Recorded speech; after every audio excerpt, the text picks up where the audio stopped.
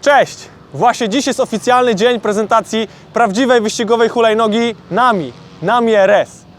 Nie ma lepszego miejsca na prezentację niż warunki rzeczywiste. Tor wyścigowy. Za mną wyścigi pitbike w Toruniu, na których jesteśmy, a obok mnie hulajnoga Nami RS.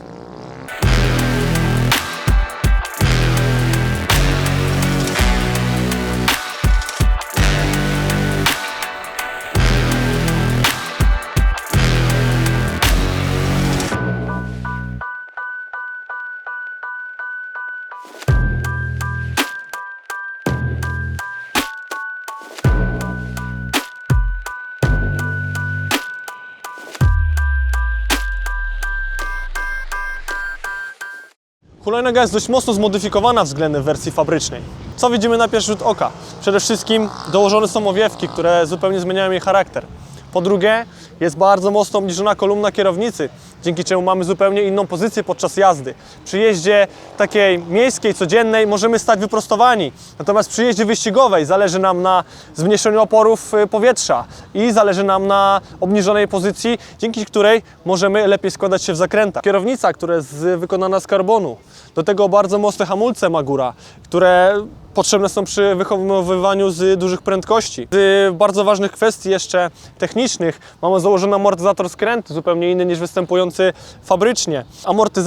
Amortyzacja, która jest pneumatyczna, jest specjalnie przystosowana do tego, żeby w bardzo szybkim stopniu, bez żadnej rozbiórki, bez demontażu, można było zmieniać w niej ciśnienie, dzięki czemu zmieniamy charakter, twardość tej hulajnogi.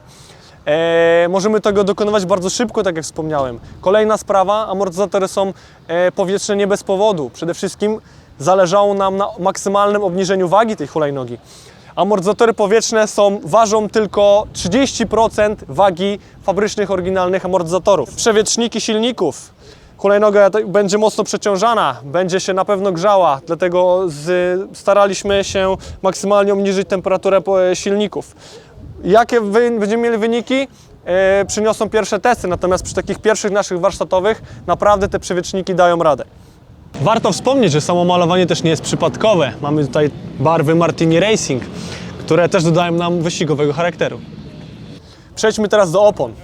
Mamy tutaj założone prawdziwe wyścigowe opony marki PMT o dwóch różnych szerokościach. Z przodu mamy oponę o szerokości 80 mm, z tyłu aż o 110 mm. Dlaczego dwie różne opony? Tak jak to występuje w motocyklach wyścigowych, zmieniamy wtedy geometrię hulajnogi i zmieniamy sposób składania się w zakrętach. Nie skręcamy, kręcąc kierownicę, jak to wygląda przy klasycznej jeździe miejskiej, ale skręcamy na zasadach przeciwskrętu.